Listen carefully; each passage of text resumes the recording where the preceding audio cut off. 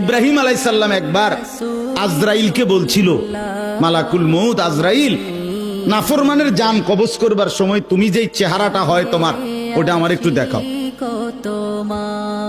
মালাকুল মউত আজরাইল বলছিল, হে আল্লাহর নবী, কসম আপনি এটা দেখতে চাইেন না, আপনি সহ্য করতে পারতেন। ইব্রাহিম আলাইহিস সালাম বললেন, না মা আজরাইল, আমি এটা দেখুমই, তুমি আমারে দেখাও একটা নজর। মালাকুল মউত আজরাইল কোন পাপী ব্যক্তির জান কবজের সময় যেই বিভৎস কুৎসিত আকৃতি ধারণ করে, আল্লাহর কসম ওই আকৃতি যখন ধারণ করছেন ইব্রাহিমের সামনে, ইব্রাহিম নবী সাল্লাল্লাহু আলাইহি সাল্লাম একটা চিৎকার মাইরা বেহুশ হয়ে গেছে।